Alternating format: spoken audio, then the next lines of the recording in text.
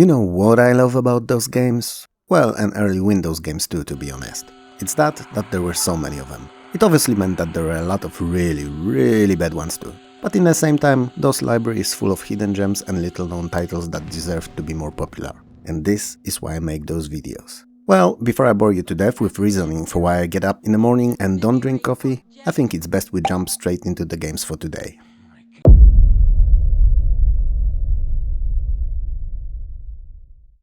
I realize that the series is called Best Obscure Games You've Never Heard Of, but the game I'm going to mention now is pure trash. Only not really, but we'll circle back to it in a moment. The Town with No Name should be called The Game with No Plot. Or even better, MS Paint Western themed drawing tournament for kids ages 5 and below. I mean, just look at it. It's fugly. And I know it would have made for a very long title, but it fits. The aforementioned plot is actually in the game, but it's as bad as you'd expect from an 8-bit platformer and not seemingly cinematic experience that the game was aiming to be. In short, you're a drifter who arrives at the titular town and immediately gets into a shootout with a random cowboy. Unfortunately, after killing him, you learn that he was a younger brother of a local big dog gangster aptly named Evil Ebb. So you spend the rest of the game dismantling Evil Ebb's gang, one sweat-drenched cowboy at the time, in series of shootout scenes. The hitboxes are rather liberal, so you don't have to always hit the enemy directly and can sorta aim more or less in his direction, but even if that's the case, you do have to click to shoot in time. In between the fighting there's quite a few places you get to visit and some cutscenes which, while looking terrible, same as the rest of the game's presentation, are chock full of humorous moments and often odd over-the-top jokes. And all of them, along with the junky gameplay, actually make up for a very enjoyable gaming experience, even if it's not of highest quality. And that's why I said the game is trash, but not really. Because even though weird humor and hilarious animations drew by 5-year-olds may grow old quickly, the whole game can be completed in under an hour, so they never get a chance to. I don't think I've ever recommended a bad game, and Town with No Name is an odd one, as it's a Sharknado of games. Meaning that it's so bad that it's actually really good and worth experiencing just for the sake of seeing everything that's in it.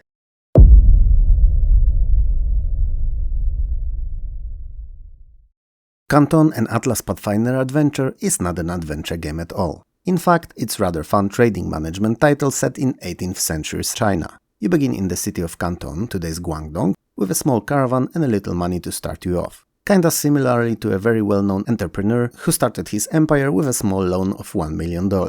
Anyway, to get the money flowing, you need to locate another city and start trading with it. There's quite a few goods to trade with, and they include grain, meat, salt, ore, weapons and tools. The underlying supply and demand mechanics allow for different demand and prices for goods between different cities, and for them to fluctuate as the situation on the market changes. In time, you'll be able to purchase more caravans, build warehouses to hold more items and even manufacture some goods of your own, and each caravan obviously costs you in upkeep, in both food and money, but as you progress within the game, in time you'll be able to establish fixed trade routes, reducing the micromanagement considerably. Same as in most great trading games like Vermeer for instance, Canton features quite a few special random events that can have positive or adverse effects on your finances. Outcome of some of them can be influenced by choices that you make, like hiring soldiers to defend your caravans and fend off attacks of robbers successfully. I believe I haven't mentioned yet that the game is played in turns, each representing 1 month of in-game time, and is viewed from the top-down perspective, not unlike the one in First Civilization. I'm a huge fan of turn-based games, so whenever I find one, I tend to give it at least a little attention to see what it's all about.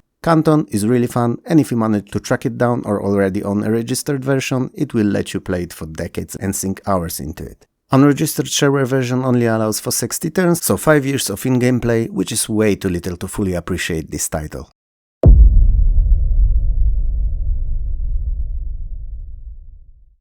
Monster Bash aka Graveyard is a shareware side-scrolling platform game by Apogee Software, and along with Epic they were the grandmasters of the shareware scene in the early 90s. As most titles released via Method, only part of the game is available for free, namely first out of 3 episodes. While the shareware model often meant that the games did not get the recognition they deserved, as they had virtually no advertising budgets at all and only relied on word of mouth and trial versions to promote them. Some, as we know today, did not suffer as much as others did. Commander King games, for instance, while never being sold commercially in a standard definition of the term and only as shareware, were very well known and appreciated by gamers even to this day. Monster Bash is sadly not the case, as it never got to even step for a minute into the proverbial limelight, despite being quite good for what it was. You're Johnny Dash, whose pet dog was captured by nefarious Count Chuck, so to get him back, you enter the grim underworld with no more than your trusty slingshot to save Tex, your dog. The game is composed out of 28 horror-themed levels, through which you have to traverse fighting of various monsters like crawling hands, flying witches, zombies, demons, skeletons and werewolves. In each episode you'll also face stronger enemy in the form of your nemesis, so your evil doppelganger. And at the very end, boss monster to defeat. You also get to pick up power-ups, and these can be hearts replenishing your health, or upgrades for your slingshot, including but not limited to more powerful projectiles, larger rocks, missiles and even fireballs. Interestingly enough, your slingshot can also be used for puzzling purposes, for instance to move faraway objects. Rocks themselves move as realistically as it was possible in a shareware game in 1993, and overall bounce off of objects as you'd expect them to. While Monster Bash may not be one of the best platformers for those, it's a decent early release and quite fun title if you're into the genre.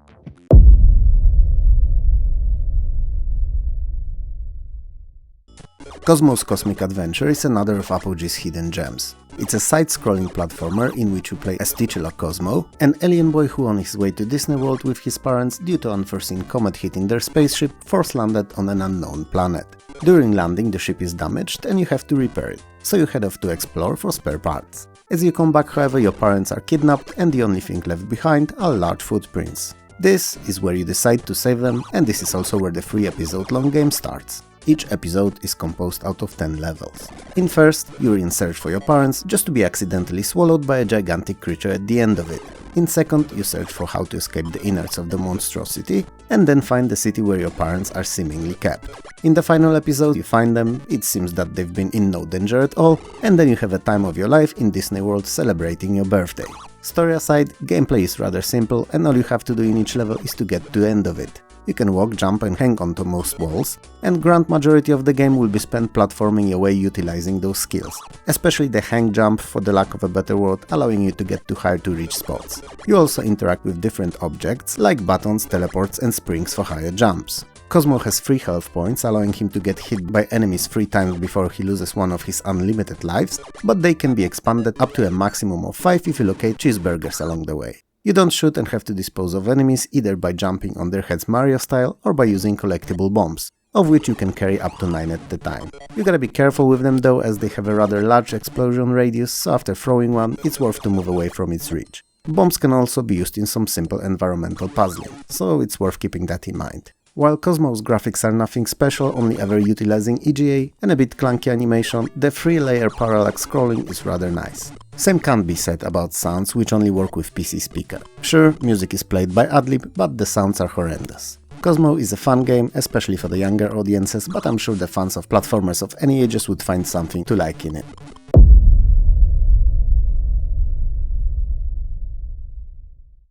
Dreamweb is probably one of the most unusual adventure games of the time of its release. It was one of the darkest and most atmospheric adventure games played from a rarely utilized in the genre top-down view. Dystopian Dreamweb's future was neither too torn out of our reality to feel alien, nor too close to it to feel as something we could experience in a daily life. It was not quite cyberpunk, but not far off either. Technology-filled, rain-soaked noir game world of Dreamweb is the best testament to developers' inspirations, which most definitely were centered around Blade Runner, which is good, I must add. It is a good theme to have in your game. Dreamweb is a mature title full of adult overtones with bloody violence and sexual content all throughout. When it came out, saying that it was shocking and sparked a conversation or two would have been understatement, if not for the fact that it never gained big enough following to do so. It deserved to be discussed, to be a part of the whole ESRB creation along the titles like Mortal Kombat, Snatcher or Doom, but given that it was an adventure title, in a world that was going crazy for the new, so digitized graphics, realistic for the time FPS shooters and FMV games, it was largely ignored. Story-wise, you're essentially visited by an unknown deity in your dreams and instructed to kill 7 important people, all in order to save mankind, as their existence would jeopardize it. So without giving it much thought, you wake up and carry on with the mission, which raises a series of moral questions that the game never tries to answer. Interestingly enough, Dreamweb shares something with Elder Scrolls titles from Bethesda. To be precise, nearly anything in the game can be picked up and carried in inventory, even if its usefulness is questionable or non-existent. Dreamweb was not a title for teens or kids, even if that's most of the players of it back then. It's a story for grown-ups, by grown-ups and about grown-ups. Morality and consequences of their actions. Today it would not shock as much as it did in 1993, but today it would be released on Steam and would be most likely more popular, played by YouTubers and Twitch streamers alike. Whatever you wanna think about it, it's a game worth completing at least once.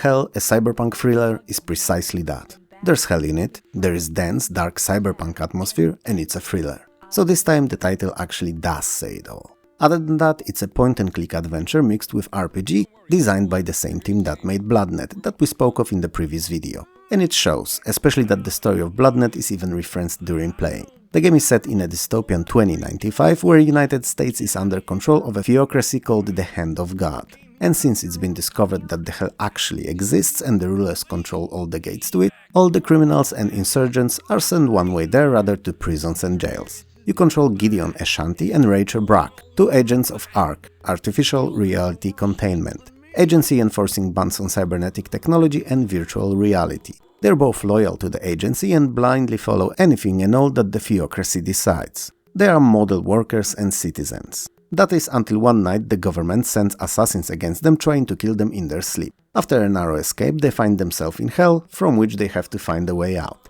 and then uncover the reason behind the order to kill them. It is clear that their approach to how things run changes from that point onward. As you progress through the game, you'll meet many other characters, and some of them are recruitable and can join your party. Each of them have their own inventory of items. And even if you move them between the characters, if you ever decide to let one of the members go, they will take all that's theirs with them, regardless of who's holding those items at the moment. Hell, a cyberpunk thriller, is notable for few things. First of all, it's one of the first games to be released on CD only and to use high-resolution graphics along with digitized speech. Then it features quite a few actors, with Stephanie Seymour and Jeffrey Holder appearing in live footage all throughout, and Grace Jones and Dennis Hopper providing voiceovers. Some of the puzzles, when completed incorrectly, can result in instant death of our two protagonists, so save often and keep multiple saves at all times. And since we're on a subject, couple of the puzzles have errors in them, so I'd like to repeat once again, save often and keep multiple saves at all times. Hell is definitely not a game for kids, not unlike earlier mentioned Dreamweb.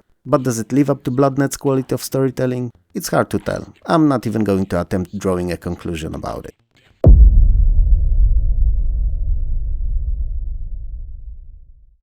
Despite the title of the next game, one after this one in the video, Moraff's World is probably the weirdest game out of all included. In essence, it's a dungeon crawling RPG focusing very heavily on the crawling aspect, to the point that the game has virtually no story to speak of. Sure, in theory it's all about defeating the final boss at dungeon level 200, a Red Dragon King, but in reality the game is entirely open-ended and you can just carry on playing after doing so. The game was created entirely by one person, Steve Moraff, a prominent shareware developer in the late 80s and early 90s, and it was one of the very first games ever released to support SVGA high-resolution graphics. The very final version of the game is set to feature multiple continents, each with a randomly generated dungeon of up to 200 levels, and on top of every dungeon sits the town, which itself is a maze too. It is filled with banks, shops, inns and temples, and you will visit all of these often while playing. Moraff's World features well over 40 kinds of enemies, each with their own strengths and weaknesses and set of abilities, and over 100 spells that you'll have access to. The character creator is rather robust as well. You get to pick from 8 races: human, elf, dwarf, hobbit, gnome, ogre, sprite and imp, each described by set of attributes of strength, constitution, intuition, dexterity, wisdom and luck. There can be one of 7 available classes of fighter, worshipper, that's a new one, monk, wizard, priest, sage and a mage. And finally, all also have your visual attributes of sex, age, height and weight, though these have really no influence on the game.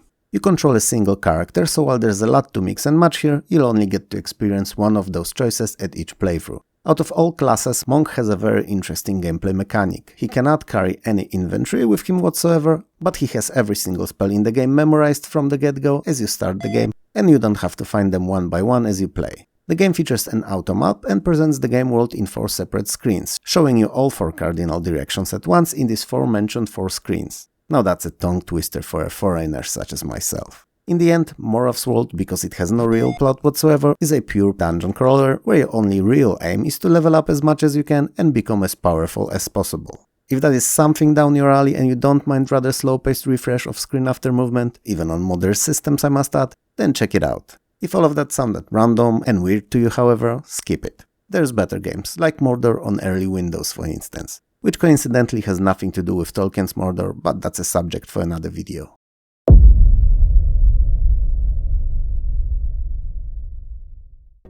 Chamber of the Sci-Mutant Priestess, aka Cult the Temple of the Flying Saucers, however you wanna look at it, is two extremely weird titles for a game. Any game really. It is first-person adventure game set in post-apocalyptic future where two main races remained as ruling powers. Tuners, who possess mental psi powers, and Protozorgs, who are physically mutated. You play as Raven, a young tuner working for a tuner network. On one of the routine missions, you and your partner Sci-Fi, I know, the character names are as stupid as the title of the game is, so you and your partner notice a massacre of a village full of innocents by the Protozorgs. And against Tuners Network's orders, you decide to fight back against the Protozorgs to save their inhabitants. As you fight, however, your partner is captured by the villains, and to have any chance of saving her, you let yourself be captured too. So your mission is to find Sci-Fi that's in captivity and get both of you out of the Protozorg's prison temple.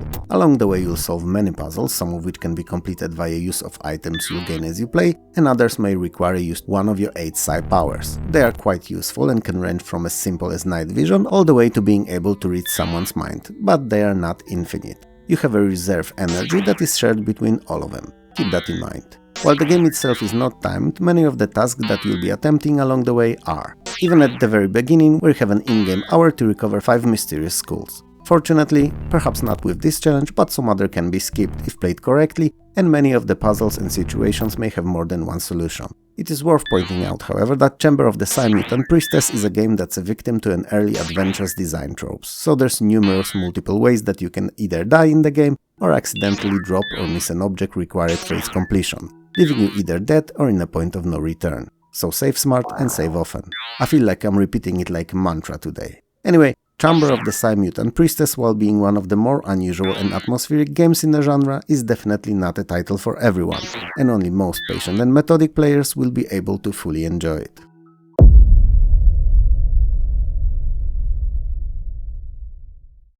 I feel like today's video is mainly about weird, unusual but mostly fun to play games. Valhalla aka Ragnarok is no different. It's a fantasy roguelike set in the Norse world and mythology, and it's more than evident all throughout as story, quests, events, characters and even items all come from it and are rather well known. So characters like Thor, Loki and Hela, and items like Mjolnir and Gungir. If you're into the Norse thing, all that makes sense. If not, then the team will not detract from playing. On the contrary, you may actually learn something new playing the game. Unlike most roguelikes of the time, Valhalla does not use ASCII characters presentation and actually has a full graphical interface and in-game graphics. They may be very simple, but are a definite step up over the norm nonetheless. It's 999 AD, and the Ragnarok is imminent. You play as young Viking who decides to answer the unspoken call and sets out in hopes of thwarting of the prophecy. Unlike in other roguelikes, there are actually quests that you can take as you play the game. There's not many of them, in fact there's so few I'll list them in a second. But they're notable in and important both lore-wise and within the game itself. So you can free Baldur's Soul, locate and return Mjolnir to Thor, locate and return Gjall to Heimdall, locate and return Miming to Freyr, locate and return Gandir to Odin, and finally find a manor for Tyr so he could fight while having one arm. There's 6 classes to choose from, and they are the Blacksmith, the Alchemist, the Sage, the Conjurer, the Woodsman and the Viking. Each of them has a primary skill and power, and every 10 levels you may choose to change the class to keep on adding skills and abilities to eventually create the ultimate Norse warrior. Because that's what the game is mainly about, defeating monsters and most importantly character development. And since we're on a subject, you can use Polymorph to change forms into virtually any creature present in the game short of gods and demigods. You can also modify your body in most unusual ways, not only changing your gender, but also number of fingers and eyes, to name a few. It's a bit unexpected mechanic, but fun to discover and play with. Interestingly enough, Valhalla was released as freeware, meaning its advertising was limited to word of mouth and random rare small reviews in Gaming Max. But at least it was available entirely free. Fans of roguelikes will find a lot to love in Valhalla, and those that never played the games in the genre can't really ask for a better title to start with. After all, it's not only free, but also approachable as it features graphics. So it's a recommendation. Also, I never expected myself to be in a position to say that you should play the game because it has graphics.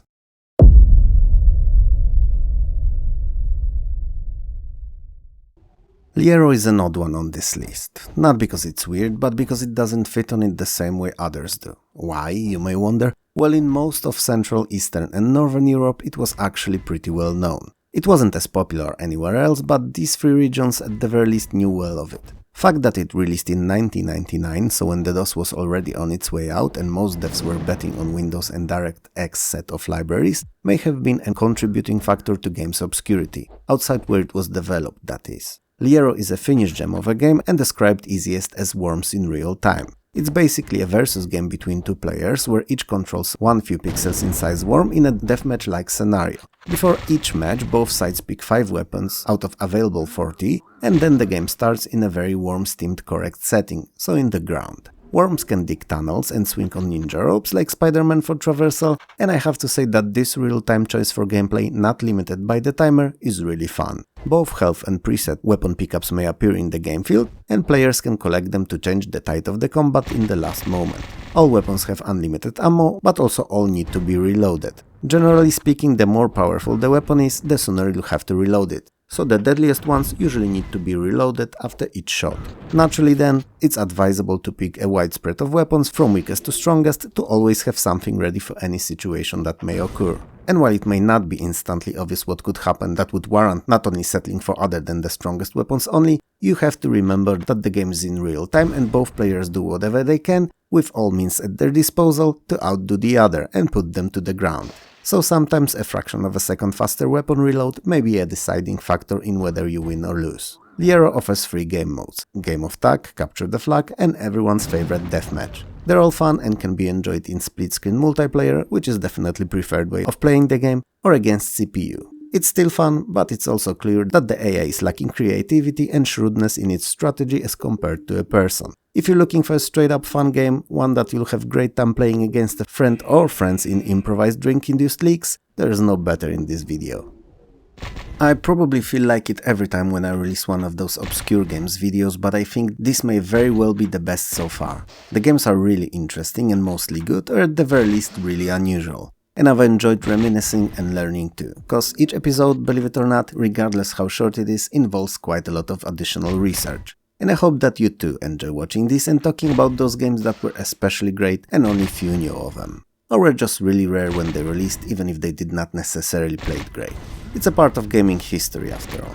Anyway, what I'm trying to say here is that I like making these videos. I like talking to you guys in the comments because I actually read all of them, every single one. And I low-key hope that you enjoy watching these too, despite the production value and my fluctuating weird-ass accent and often out-of-the-world pronunciation that can be problematic at times, I'm aware of that. So, thank you for watching. If you enjoyed the video, hit those like and subscribe buttons below, they really help a lot, especially that YouTube has a very weird decision-making process when it comes to who to show what, and you can't really count on it to serve you similar content next time it's out. Better yet, hit the little bell down there, then it'll make sure to send you a friendly notification when I release something new.